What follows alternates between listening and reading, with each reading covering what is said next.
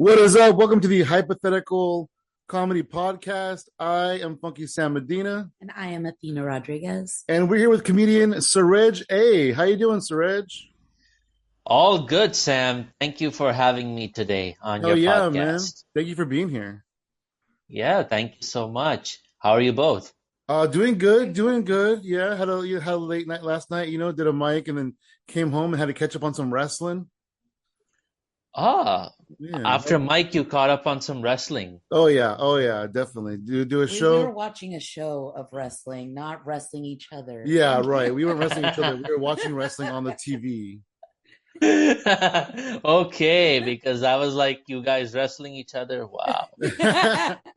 No, that's for off the podcast. Throwing some elbows. Yeah, throwing I mean, some like, if you elbows. you could wrestle each other if the mic goes bad and you'd be like, you weren't funny. What joke was that? You gotta work on your laughs. I usually wrestle the audience and tell them that laugh harder next time. But Yeah. that's a different story. Hmm. That's cool, man. Hey, so are you in India? You said Yeah, I'm in currently in Mumbai, India. currently. So where are you from? I'm from a state down south in India called Kerala.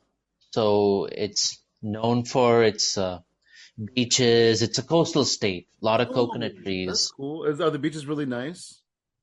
Yeah, like really, they're the main tourist attraction. So people come to the state to vacation, holiday mainly. So, That's Wow. cool. That's awesome. but you might be wondering why I have an accent. That's because I grew up in the US as a kid and then moved back to India as a teenager. Oh, So, whoa. so just putting that out there so that you both don't think this guy's a wannabe. He's just trying to impress us or what with his accent. This No, guy I must be a actually, scammer. No, I'm just kidding. no. I was dealing with the scammer situation last night, so that's why it's fresh on my mind. Either that or you might be like, does he work at a call center? Maybe I should just ask him how to fix my phone. Uh, Yeah, but no, that's cool though. So, how old were you when you moved from India to the U.S.? from India to the US, I was just less than 2 years old. So Okay, this okay. was like long back in 94, and I'd been there for almost 11, 12 years in So two different states. not a lot of time on the India beach. Yeah. No, I mean, but the thing is that I was in the Midwest of the US. I was there in Michigan for 8 years Oh and wow. Iowa for 4 years. So, and I'm pretty sure both of you from California would have jokes on these two states. Uh, Yeah, if I cared enough to think about it, I Oh, might. dang. oh, Actually, no, Wow. I'm a fan. My favorite college football team is the Ohio State Buckeyes, and Michigan is our rival. So, I would want to roast Michigan whenever I had the chance. Oh yeah, I totally get it because whenever I speak with like people from New York, New York City, the moment I say Iowa and Michigan, they're like they start crapping on these two states literally with jokes and taunts, and I'm like, it's not that bad. I mean, yeah, it's not. It's. I mean, it's. I know it's not happening like yeah, like vibrant and cosmopolitan like your city, but it's good for a quiet, decent life. I mean. Hey, we have to drive an hour for civilization, so I understand. Except the school Yeah. that's behind us and people are mowing, but that's a different story. Um, so what brought your family to India? I mean, not to India, away from India to the US. Yeah, so my dad's a doctor. So he was already working in the US and he had worked in the UK previously. So it was just a Wow. case of bringing me and my mom over there around that time so that we could have some life and exposure in the US. That's Oh, that's basically it was for my dad's job. Yeah. Yeah, that makes sense. That makes a lot of sense. How did you enjoy growing up in Iowa and Michigan? Yeah, I have bittersweet experiences. Like I do enjoy a lot of the things like, the fast food is of course, I mean here we get it in India, but there it's a distinct flavor. Of course the roads and, you know, you know how people conduct themselves very nice for the most part. But yeah, sometimes the kids used to tease or make fun sometimes because I'm pretty different from the rest of them. So I've experienced that too. But overall, I miss it and I look forward to coming back sometime very soon. So Hell yeah, that's cool. I mean, it sucks that you kind of got teased a little bit, but but they're probably all white kids there. They've never seen anybody that's not white in their life. So yeah, that's sad though. Um, I mean that, but also kids will try to find anything to tease you about. I feel like yeah, because I no, got bullied a lot as a as kid, yeah, me so too. they'll go for anything. They go for the throat. So whatever you're like self-conscious about, they can read it on you and they try to go for it. So I don't know. yeah, Tina. I mean, Sorry. I have been binge watching a lot of these American high school movies in the last 1 to 2 years that I haven't watched before. And every one of these movies is stereotypical with like a bully and someone getting bullied, football jackets. And I'm like, is this really? Because I didn't do high school in the US, so I'm like, is it really that much, or are they just out of creative new ideas to depict high school? I don't know. No, watch the high school movies from the '90s. They're way better. Yeah, I've seen some of those. So, what brought you guys back to India then? When you were, I think you said 11. I was 13 when I came back, Okay. so I came back primarily because most of my family relatives are in India, and my dad wanted me to have like an exposure to not just the US, life and culture, but also not lose touch with Indian way of life and culture as well. So that was the main reason why we moved back. Because a lot of the times, Indian American kids, when they grow up fully in the US or outside of India, they lose that touch and they can't speak the mother tongue, or they don't like Indian food, Indian movies, and it becomes very hard for the parents later on when they want them to go back to India. They're like, no, they're not willing. Wow. But in my case, it was easier primarily because every summer, when school's out, I used to visit India for 1 to 2 months, so I could bond with my relatives. And when it came to moving back, it was pretty easy. I was not really fussy about it. I wanted to do it at the time. So That's pretty cool. I never thought of it like that though, because especially you left at 2 years old, so you left at such a young age. So if you do grow up in the US, I can see kind of losing your original culture a little bit. That's crazy. absolutely. Yeah, I never thought of that. What are some of the differences between the US and India, just as far as like life goes? As far as life goes, so I know that in US, I know that they say academics is important, but over there they also emphasize on extracurriculars like sport, music, and a lot of socialization. But in India, it's at the school level at least, it's like they still want you to focus a lot on the studies and what the grades that you score, and they compare it between kids and all that. And even after school, there's something called as tuition that we have in some of the states. So where kids go for extra tutoring just to get that top level marks because it's very competitive here to get into some of the best, colleges or universities. So I know a lot of kids who don't have a life.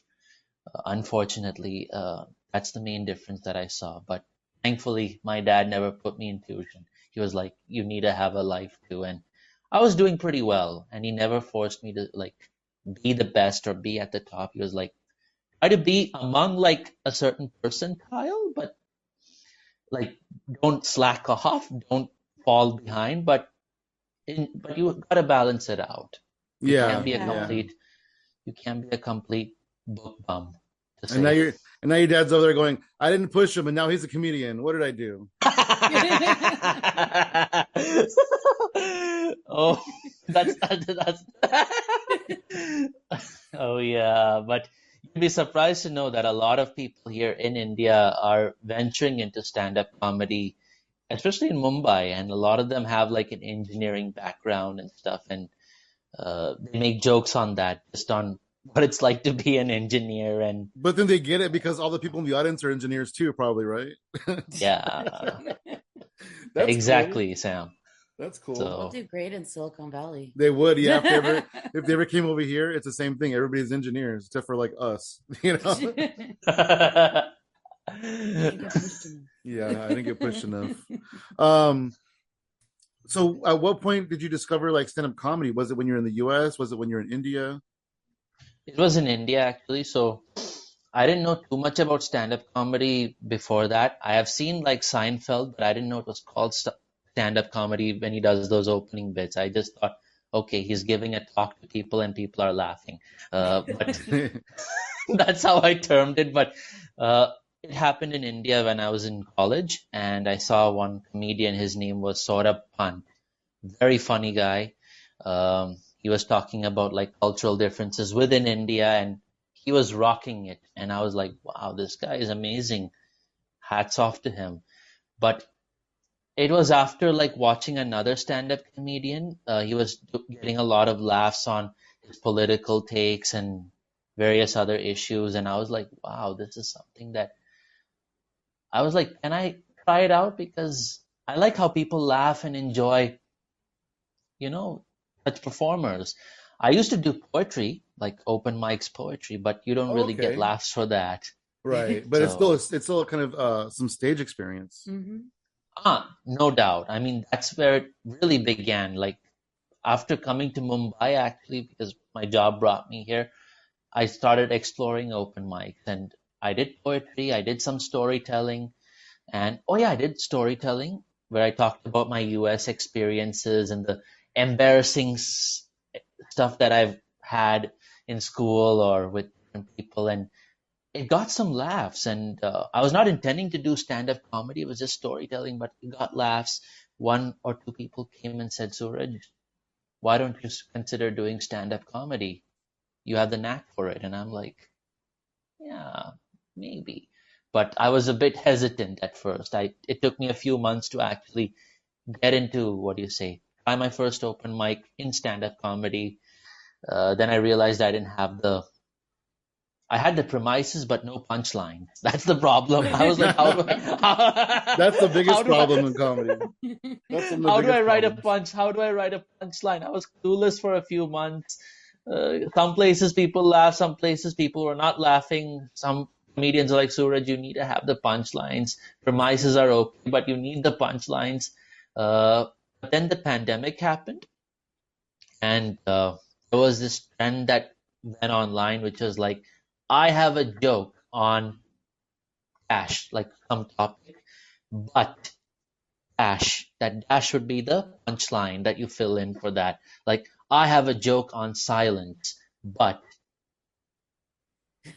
then, yeah, and then you write nothing after that. So that's like that. I started seeing that trend, and I was like, why not try to, write a few of these one-liners myself, whatever I think of. And I was writing like 20, 30, 40, 50 in my Instagram stories. I was posting them, and I guess a lot of people got tortured by it because they didn't expect that sudden flood of jokes from me. But that really got me like, thinking, and I got out of that rut of figuring out how to write, punchlines. So, Wow, that's amazing how you just like kind of didn't really know, and then you just toyed with it a little bit and you figured it out. yes, that's how I figured it out. And then I did more open mics, both online, offline. Uh, and a lot of things would work, but then I found that basically here it's the people, they prefer the comedians to perform in the regional language or at least in Hindi. So my Hindi is not very good. I prefer to perform in English. So it's sometimes a hit or a miss based on whether the people understand or grasp what I'm saying. But after a point, I thought, why not try with the folks abroad, like, over in the UK or US, Canada. That's when I discovered a lot of these open mics on Eventbrite. Then that took me to Displaced Comedians Group. And from there, I really had a good time. Like I realized, yeah, these are the people who probably would get me well or get me better. Yeah, Yeah. absolutely. How long did you do comedy before the pandemic hit? Oh, I started just right before the pandemic, like end of 2019. Okay, Uh, okay. yeah, that was the Yeah. phase when I didn't know much about punchlines and all that stuff. But yeah, apart from writing those one-liners, as I said, there wasn't. I also took a workshop with one of the comedians. Her name is Aditi Mittal. She's a popular comic in India. So she was giving like a course on the structure of the joke and samples, examples, and she wanted us to like write based on something like a personal fear that we had and Mm. find the funny in that. But unfortunately, I couldn't figure out what was so funny about being afraid of swallowing tablets and pills. At least at at least at that, like it's funny for people, but I was like not able to put it in a joke like manner. Like I can say, yeah, I was afraid, and I was like every time I took a pill, I'd be like, and Dad would be like, swallow the damn thing, and stuffing the pill in the banana, putting it in Oh my my mouth, God. like saying, now you swallow it. You don't be afraid of choking on the tablet. I was like, see, now you both are laughing because I'm able to dramatize it and I have a better idea of how to deliver it. But at that time, I was clueless, like how to come up with the funny in that. So I wrote something else altogether about Mumbai and my struggles with Hindi and all, which were pretty funny, but that kind of disappointed the comedian who was coaching me. She was like, I wanted you to focus on your fear and you went somewhere else. But never, but nevertheless, it helped. I mean, Yeah. I wouldn't have thought those things if I didn't go to her course. So And you're like, I did focus my fear, and then I didn't want to do it because I was too scared. ran away from the fear. Yeah, exactly. Uh, Yeah. what was it like in India when the pandemic hit? Oh, in India, it was full lockdown. So my world practically went upside down. So if you're like before the pandemic, normally the life would be like you have a maid and a cook who would come to the house to do the cleaning, preparing your meals. Yeah, I know both of you won't relate to that in America, and Yeah, it's not like no. that at all. When we're in America, we have to do it ourselves. I totally get it. Someday Here we though, have someday. yeah. So here we can like get someone to do that and manage things, going to office uh, and going outside for recreation, socialization. And suddenly, lockdown was announced. They weren't allowing people outside to come to our housing colony or for cleaning or cooking. And I had to pick up cooking like that. Like I barely knew Wow. much. I had to pick it up. I had flatmates, thankfully, or apartment mates who I could, seek help from or observe how they make food. But yeah, my world got turned upside down, and it was like, oh, I was feeling really bad.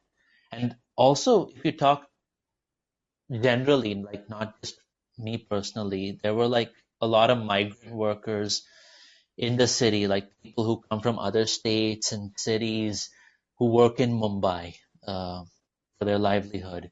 And suddenly, because of the lockdown and no work and stuff, it was a mess in terms of the fact that they wanted to go home, like just be with their families Oh. where they originally were from, and they were not able to go home easily. And it was a huge mess and very chaotic. And because we are already overpopulated, it's a fact. We have the highest population in the world. So uh, we got to say that our government did try to do its best on what it thought would help to contain the spread of COVID. So Yeah, I mean, locking down was kind of the best situation for everybody at that point. It just sucks that those people, one, they weren't able to get work, and two, they weren't able to go home either. Mm-hmm. The exactly, and circumstances, I It's like, guess. where do you go? Yeah, right. like what happened was when I had to go out for shopping for groceries. Yeah, grocery stores and supermarkets had these long queues of people waiting for their turn to go in because social distancing, and Yeah, once you same, get same and here. once you get in, there's like a timer, like you have 10-15 minutes to get your stuff and get the heck out. Oh, Uh, we weren't timed. That's interesting. yeah, technically I mean, they don't officially time, but they have like staff to observe and they'll know who has been there for like a little too long and they're like, please go, there are people outside, we need to let them in. So, uh, and I remember the very beginning, like before the government said that masks were mandatory, uh, I took it unfortunately a little lightly. I went out. I went to the shop with my apartment mate to get some groceries and stuff.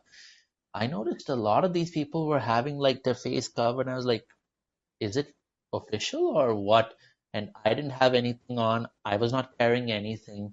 My apartment mate was not wearing, but he had a spare cloth for himself. Uh, Apparently, a police officer came, like he was on his bike. He was like, "Why you both don't have your masks on?" Uh, in Hindi, he was asking, and we were like, "Oh shoot!" And this apartment mate was able to cover himself up easily. I was like, "Oh man, what am I?" I was a bit tensed. I was like, "Can I just check nearby medical store? I'll quickly." He was like, "No." He was like, "Take off your shirt." In front of all the people, he was like, "Take it," as if to use my shirt as a mask around my face, which means I would have been Oh showing no. my. Oh my God. It's, it's real. He was like, "Take off your shirt." In Hindi, they would say like "kapde utar," which means like take off your clothes. So like "kapde utar, kapde utar." I'm like, "Sir, please." I didn't want to get into that situation, and I thought maybe worst case he might just drag me to the nearest police station and maybe, I don't know, the charge sheet or beat me up. I don't know. Like police, you never know what can happen, and I've had trouble with them before on very minor things. So, but thankfully, a lady in the line, she saw that I was in trouble, and she had an extra handkerchief, and she said, "Take this, just put it Oh, around." And I got saved, and the police then said, "Don't let me catch you without your face covered," and he drove off. And I was like profusely thanking that lady, like you saved me from, I don't know, Who knows? going Who all knows? going all wrestling mode outside. yes. I was gonna ask because I think a lot of people were getting like a view through social media how different countries and different states were dealing with like, you know, quarantine and lockdown. And one of the things I remember was from India, where if people were past their what is that, curfew, Mm. like a curfew time, that the police were going around like smacking them, like hitting them with sticks and just like, go home, go. And I was like, that sucks. So I wouldn't, Yeah, oh it's man, pretty I would scary. not want to like go against them. That's That's so crazy that they scary. can just like run up and hit you. I mean, I guess they can here too, because what can you do about it, really? Wow. How was it over there? Like when the pandemic started, how was it there for you and for the people in at least your state? I know each state probably approached it very differently. So, Yeah, Mm-hmm. each state what did was your approach it very experience like? differently. I mean, similar to yours, it was lockdown. It was grocery store. I was waiting to get into the stores. It was hand sanitizing a lot.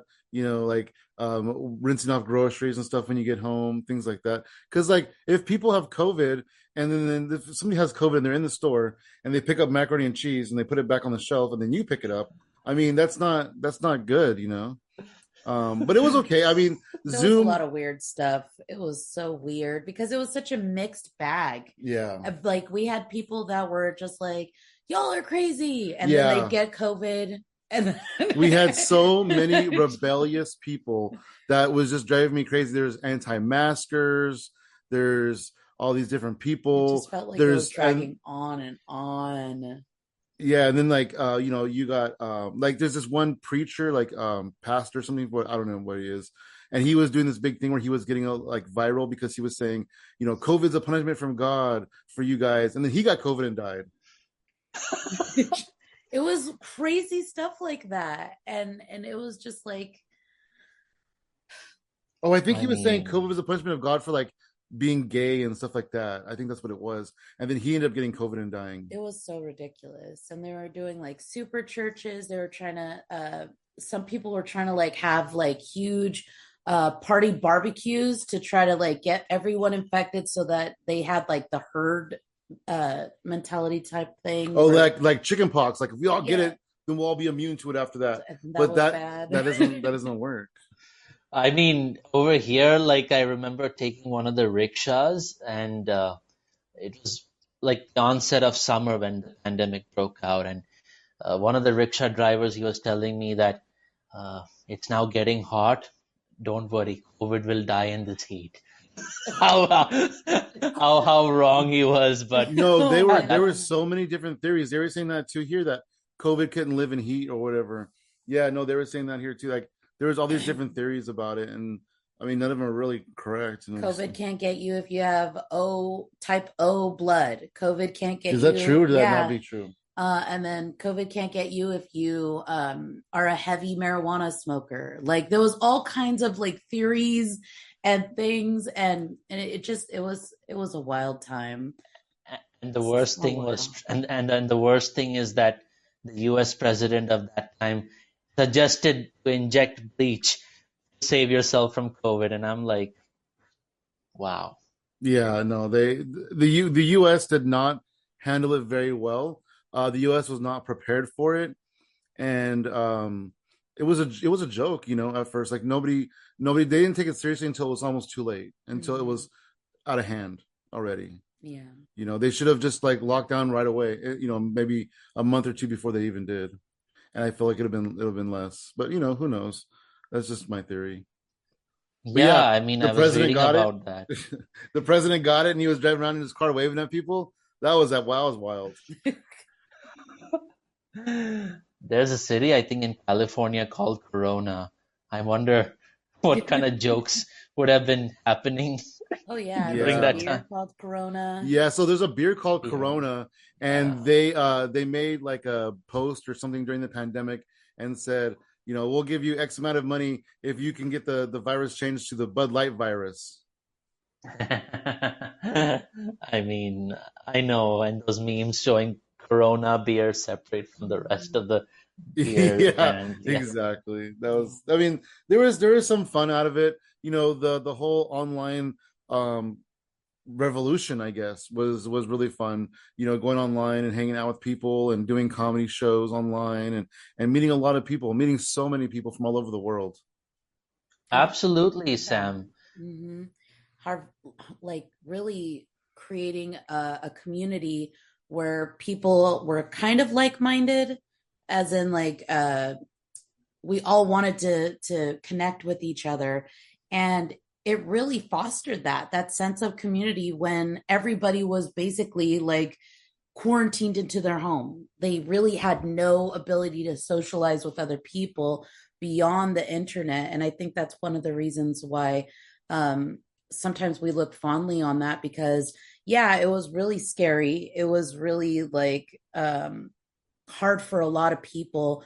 But being able to say, hey, I know you're scared over there in, England or, Michigan, but we're here. If you need us, we're hanging out. Come join our Zoom and take a load off, and you'll be okay. Absolutely, Athena. I mean, it's like this wouldn't have happened if it weren't for the pandemic, basically, like this online community, meeting people, like got to meet a lot of people w within India, outside of Mumbai, and of course abroad as well. And I'm like, if it weren't for the pandemic, it would have been just in Mumbai. I would have just known people in the Yeah, circuit, and it wouldn't have been as like exciting or interesting. And sometimes it gets a little tough to perform in Mumbai. I would have been like, what's the point? But because I have done online as well, and I've seen how sometimes what doesn't work with some people works with others, that has Mm-hmm. given me that sort of, motivation, like to continue and be like, not to feel too bad, because anyway, bombing or sometimes not getting the, what do you say, your joke to land, it's part and parcel of comedy. We all know that. So, Mm-hmm. but yeah, Absolutely. it's an absolute learning curve, and yeah, I like it. That's awesome. So, did you do a lot of Zoom comedy when you during that time? I mean, I would say the first 6 months of the pandemic, I stayed away from online mics because I was very skeptical, like, is it gonna work or not? And Yeah, a lot of people I was, agree. I was like, probably it's not. That was my thought. And I did a couple of online mics, but what do you say? I registered as a poet. I didn't do comedy. I was like, let me just do Oh, poetry. And I did observe one or two people who attempted comedy, but everyone was on mute, or many people were not having their cameras on. And I was like, damn, this is so sad. This guy is cracking jokes and it feels so bizarre. And I'm like, I don't want to do it if it's going to be like this. And so I stayed off of it for 6 months, but then I saw that it was continuing. So many people were doing it, and I was like, okay, I'll give myself 5 mics. I'll try out 5 mics. If, like, say, like 3 or 4 of these doesn't work out, or I don't feel good, then forget it. I'll wait till things open up and I'll do live only. But thankfully, it did work out.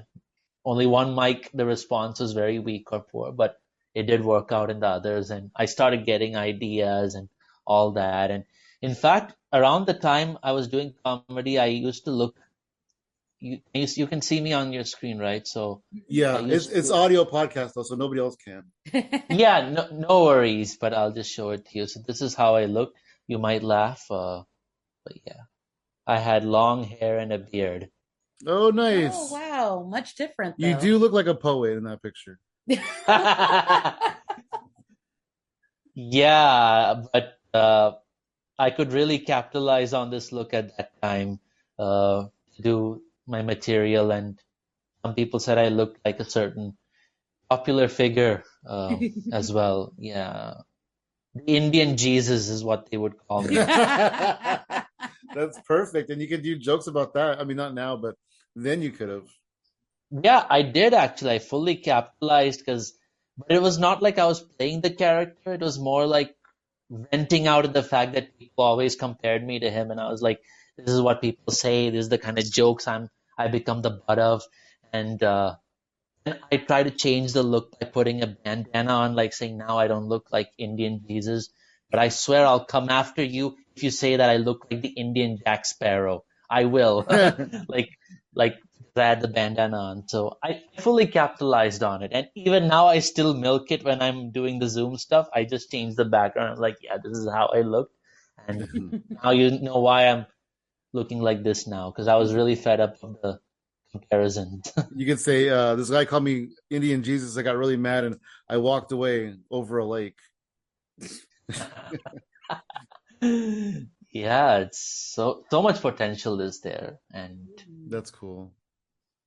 That's funny. but That's great. but It I've sounds like al- you learned a but I've lot. also but one thing I've learned while doing comedy is that sometimes I used to be a little bit too experimental. So sometimes I would think that something that would really be funny can sometimes be a little bit, what do you say, offensive, or not really okay with some people or many people. So I had to Yeah. like I learned some of that in the hard way as well. So I had to like be a little more cautious, or think carefully, or word myself in a way so that people don't think that, okay, I'm directly attacking.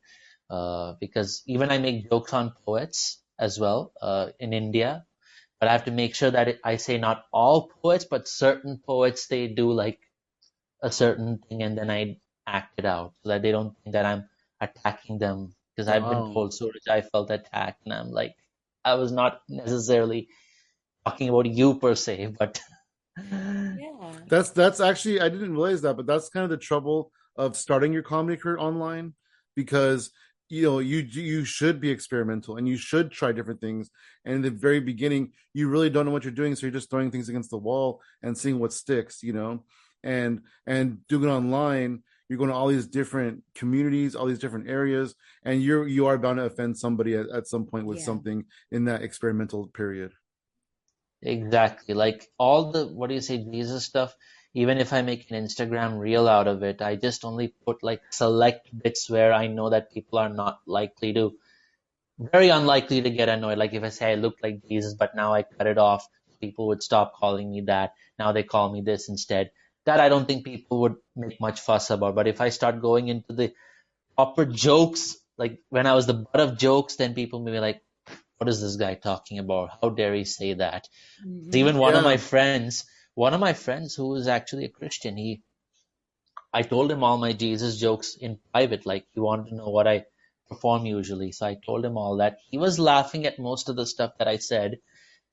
After I said all the stuff, he was telling me, Suraj, the thing is that because you're my friend, this is all funny, but if it was somebody else saying these jokes, I would have been pissed off. So I was like, oh, Oh, I can I can see, yeah, imagine. heavily religious people. Oh, he's talking about Jesus, like whatever. Yeah, I mean, you're gonna offend somebody with something. it's all about the structure of the joke.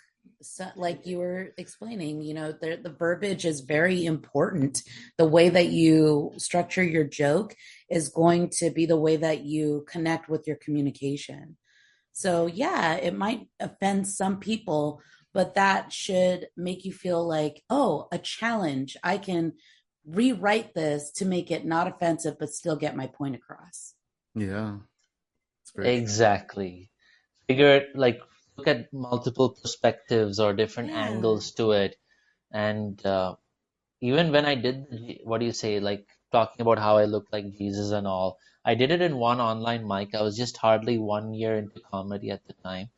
So one of these comedians, he was based in the US, California itself as well.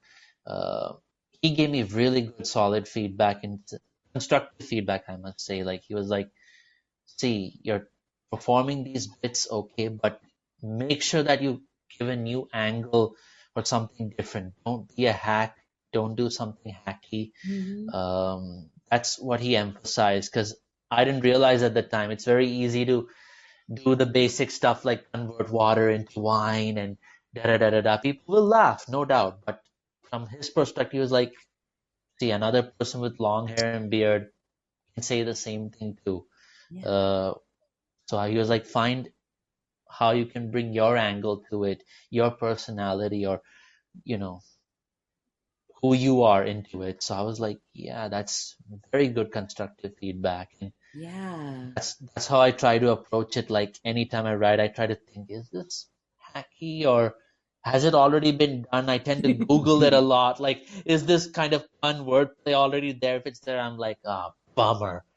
I hate the fact we have 8 billion people on this earth.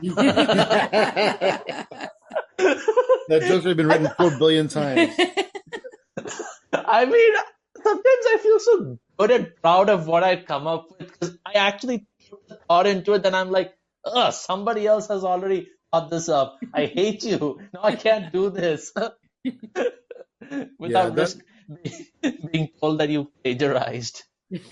no, yeah, definitely. What was it? What's this comedy scene like for you there? Like, what was it like when the pandemic started lifting and stuff, and you're able to kind of go out and into the world again? So yeah, things gradually started up around late 2020, like December, November, that time, and people were coming in gradually, but of course, social distancing, keep your masks on, except when you're performing, you can lower it. But yeah, so it was fine. It was, what do you say, like a restart sort of over here, and people were getting into the groove of it. Then, of course, the vaccination things, like if you need to have at least a first certificate or a fully vaccinated certificate to enter certain buildings. If you're not, you can't attend as an audience or a performer. So, Yeah. uh, but yeah, so that's how it was. It was a gradual reopening.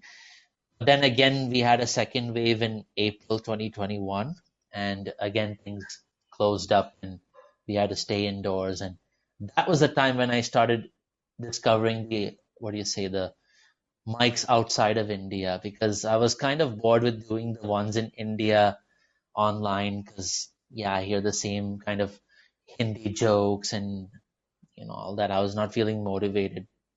Wow. So yeah, that's when I discovered, some mics on Eventbrite, and then I mingled with people and started doing, you know, that's where it started. So, Great. Well, so they had online comedy mics that were based on India communities. Yeah, That's that cool. actually sprung up during the pandemic. We had like so many guys starting open mics for people to, perform That's and great. comedians to interact. Yeah. So That is really cool. I did those, not know that. That's awesome. Hmm. yeah. And what do you say? Like, the comedy is subjective, so there are people who will enjoy, there will be people who won't enjoy, there will be naysayers, and then there will be some people who would support and be like, let's give this guy a chance. And I remember like when I restarted comedy in October, like with the online mics after 6 months of not doing any of the comedy, I was, yeah, doing pretty well. I was capitalizing on my looks and whatever other thoughts and ideas came, and I managed to get a, what do you say, an open spot at one of the online mics based on the performance of how it went the first time. So I was like, oh, it's going well. That That is really cool. Yeah, that's a good feeling too. Hmm. Is it when you do it is. and then they go, "Oh, I want you back," and you're like, "Oh, really? You want me back?" Yeah. Yeah, and I was like, okay, so there is some scope, and yeah, just try to build on from there.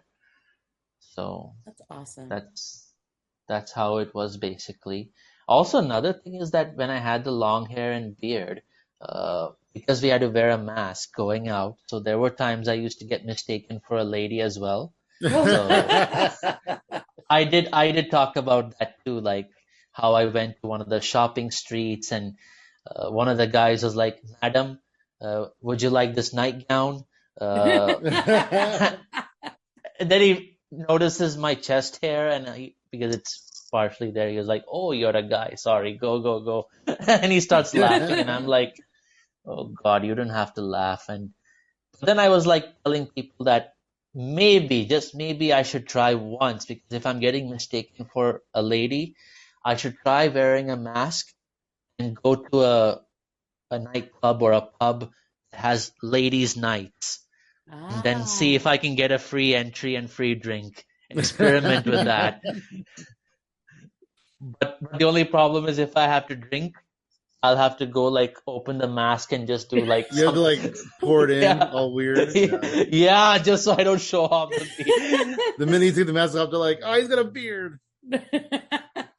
I did this bit at one of the online feedback mics, and the other comics who were there, they enjoyed this and they gave me a good feedback saying that one thing you can add as a tag is that instead of free wine, or what do you say, free drinks, it's free waterboarding for you. So I was like, yeah, that's a good tag.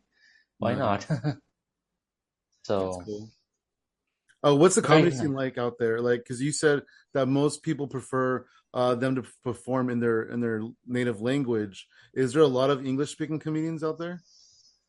There are a lot of English speaking comedians in India as well. But of course they have their own like audience and people who would come. It's see when you're already established, it's easy, but when you're starting out, finding those people or promoting yourself, it is a challenge. Sometimes I'm envious of those comedians who are performing in English but have that base already set, and I'm like, wow, I Yeah, just me want too, these though. Me people to too. I'm jealous notice those me comedians too. already have their fan base set too. But yeah, English comedian is there as well. And but not only that, I would say that English comedy works well down in the south of India because India has like 22 official languages. Wow, Uh, I didn't know that. I thought it was like two or three. 22, and Hindi is mainly spoken outside of the south, like in the center, north. That's like where I am basically. So, but down in the south, there are regional languages, and they don't really speak Hindi much. So for them, English works really well, and they're more comfortable with English over Hindi. But over here, Mumbai is okay. Mumbai Hindi English, but in Delhi, if you say like the capital of India, Delhi, there they prefer Hindi. If you try in English, they will either not get you or they'll just make fun of you for trying to even speak in English. They'll be like, "Hey, what are you doing? Speak in Hindi right now." and they'll abuse you in Hindi itself.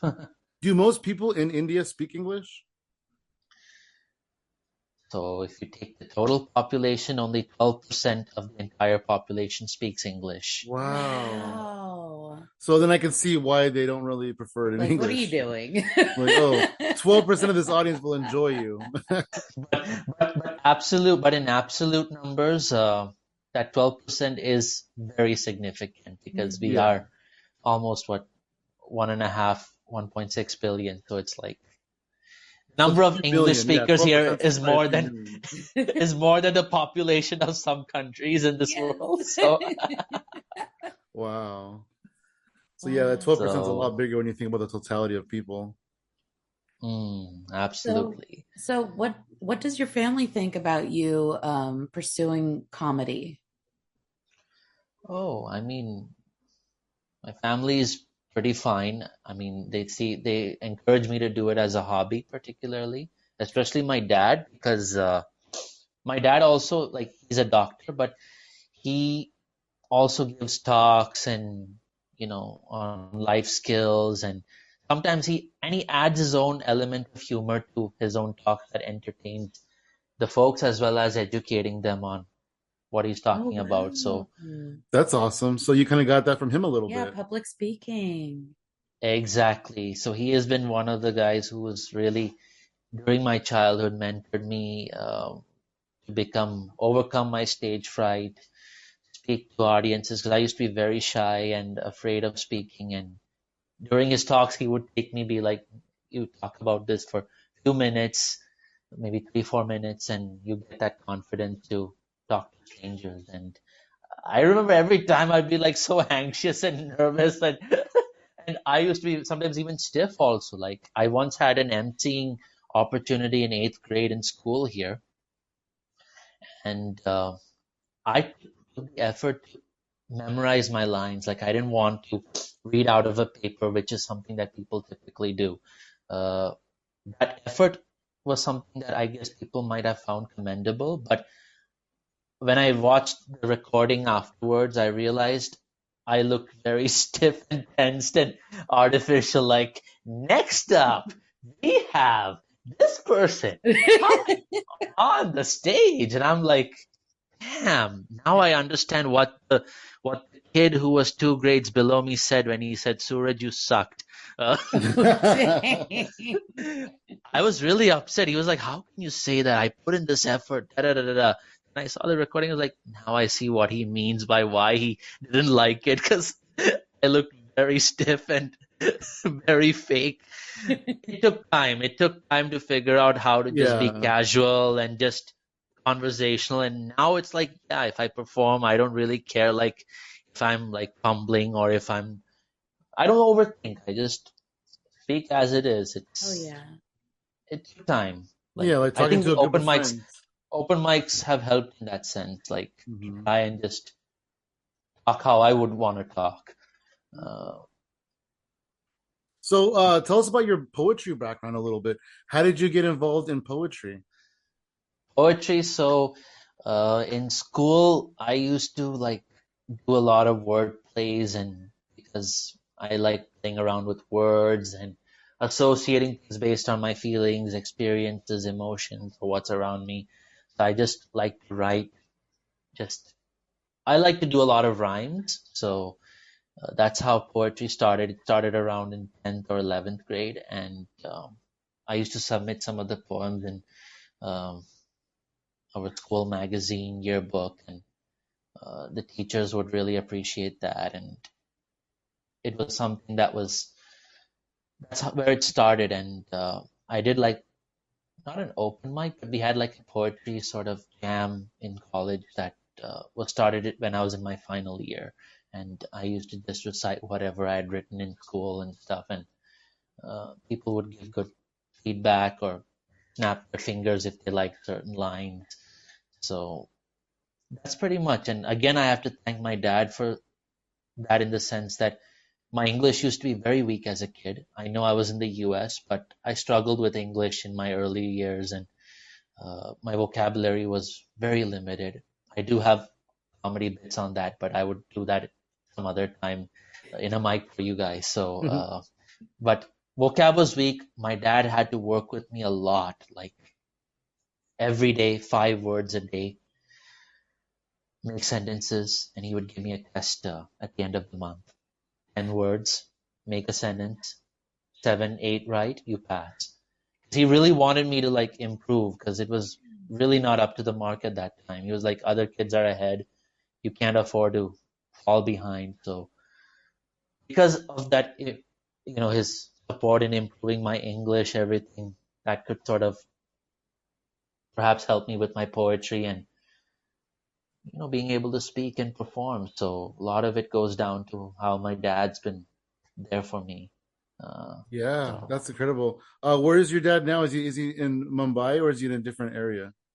oh, he's currently in Kansas City. Oh, okay. Oh, I well, guess it's all Yeah. very right. very far from you. I um, mean, yeah, has he had a I chance to was there see last. you? Does he have a chance to see you perform comedy? Oh yeah, I mean once online. So he was giving like talks over the last 2, 3 years online to folks based in Kerala. So my dad asked me, "Do you want to do perform for the set of people?" They would be mostly like elderly, like 50, 60 plus, because my dad's age and stuff. But he was like, "Do you want to try?" And I said, "Okay." Then he said, he gave some advice, like try a mix of Malayalam. Malayalam is my native language. That's the language of Kerala. So like try a mix of Malayalam and English. Don't just do English alone. Uh, or if you're doing English, at least use simple words and maybe emphasize so that they understand what you're saying. It doesn't go over their head. So I'm like, yeah, and I got that. And he was like, try to just be anecdotal. Don't do jokes, but be anecdotal so that people will understand your personal experience and laugh at that. And I got like 25, 30 minutes of time to do my Wow. stuff, and response was mostly good. Got some constructive feedback as well. But yeah, that's one thing also I've learned, that sometimes jokes may be hit or miss, but if you have personal experiences or stories or anecdotes, that usually works a lot better with wider audience than Yeah. jokes per se, where you have a setup and punchline, and then people may either not get it or might get offended. Or Mhm. 'cause a lot of the stuff that I write tends to be on pop culture as well, like related to movies, superheroes, and the problem with that is only certain people who know those stuff will get it. So then, Mhm. Yeah, a whereas lot of other a lot people, of audiences really enjoy that connection, getting to know you, learning something Mhm. about you. And if you say, "Oh, I do this, this, and this," and then they're interested because they do similar things or whatever, and you can do the pop culture and the movies and things like that, but you kind of got to let them get to know you as well. Yeah. absolutely. So that's what I pretty much focus on nowadays. And I avoid trying to talk about Batman and Superman. Like Or what's your best Batman joke? I gotta know. my best Batman joke. Uh, I mean, I have performed as Batman on the stage as well. Oh So wow, do you where have I a wore a costume? mask, and now unfortunately I don't. But if you go to my Instagram handle, definitely you'll find some reels of me doing Batman stuff. I'd be glad to share that with you afterwards. That's awesome. Uh, but one of the stuff that I talk about is like, I just use typical Batman lines and change it into scenarios of comedy, like, I'm not the comedian this open mic deserves, but the one it needs, and stuff like that. You either Nice. die a hero or you live long enough to see yourself bombing on the stage. Like those kind of those kind of things. And there are people who enjoy it also because it's spoofing and whatnot. But there are some people who think it's also ridiculous, and especially in Mumbai, I faced that when I tried it offline. Like some people would be like, "What is this guy even trying to do?" That to comedians, not audience, but other comedians in the lineup, they'd be like, "What is he trying to do?" Huh? Or they would apologize to the audience saying, "Sorry, you had to see that," and I'm like, Oh, that's Aw. the worst. That's the Yeah. worst. I mean, yeah, it's like that kind of demotivated me for a while because I was like, I'm at least trying to do something different. I don't want to be like Yeah. just the guy who's doing setup punchline and what any but you have to distinguish yourself sometimes. So I just try to do the Batman stuff because I want to entertain and all that. Yeah. And And like you said, you're being experimental. You're still new in your comedy life, and you're just kind of seeing what your voice is. Hmm. yeah, and it turns out my voice is that of a raspy person. So Hey, I resonate with It happens. yeah. It happens. That's cool though, man. I feel like you were set up to be a comedian. You know, your dad has a public speaking background. You kind of were raised into that with the poetry, and then he taught you the English words and stuff when you were younger. And here you are. That's amazing, man. Thank you so much, Sam.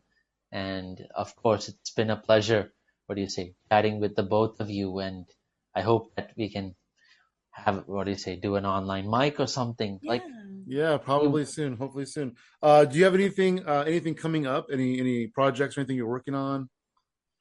at the moment, no, I'm sort of on a unofficial hiatus from performing. It tends to be an on and off thing at times, but I don't know. All I can say is that I'm on Instagram and I would love for people to just check out my content, whether, be it the Batman stuff or my past stand-up performances. So I can be found at the rate AWWYA.PUN. So that's ayap.pun. Brilliant. So Awesome. Well, thank you so much for joining us. Yes. thank you so much, Sam. Thank you so much, Athena. It's been a pleasure. Likewise, likewise. And as far as me, you can find me at Funky Sam Medina across the board. And I'm at She Shines for You, all spelled out, no numbers. Awesome. She shines for you. Okay.